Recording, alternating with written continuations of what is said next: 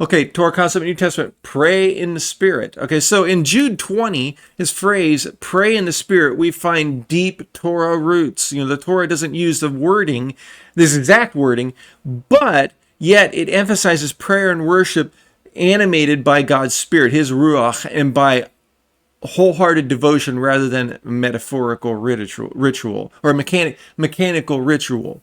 Okay, so the Torah parallels to pray in the Spirit. The first example is Spirit as a divine presence in prayer. In Numbers 11, verses 25-29, God places his Spirit, his Ruach, upon the 70 elders, and they prophesy. Okay, so Moshe wishes that all of God's people, all the Lord's people, would be prophets, and the Lord would put his Spirit on them. So this anticipates prayer and speech empowered by God's Spirit, according to the Torah. Next example, wholehearted prayer from the Shema, Deuteronomy 6, verse 5. Love the Lord your God with all your heart, soul, and might. So prayer in the Spirit aligns with this command.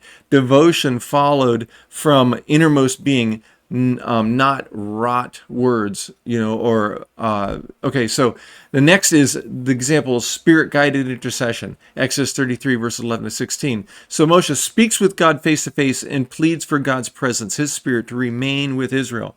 His prayer is inseparable from the Spirit's guidance. Next example, the Ruach as life and breath. In Genesis 2, verse 7, God breathes on Adam and his breath of life, his neshamah, is that life-giving, right? And prayer in the Spirit echoes this human breath animated by the divine Spirit, becomes prayer. And we note how the New Testament provides a condensed synthesis of these things from the Torah. So God's Spirit empowers speech in Numbers 11. He guides intercession in Exodus 33 and animates life itself in Genesis chapter 2. So praying in the Spirit is equal to praying with the divine empowerment of God, right? By his presence in the Spirit in us.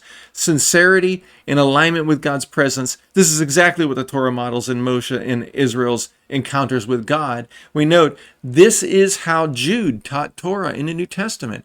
The Torah has not passed away.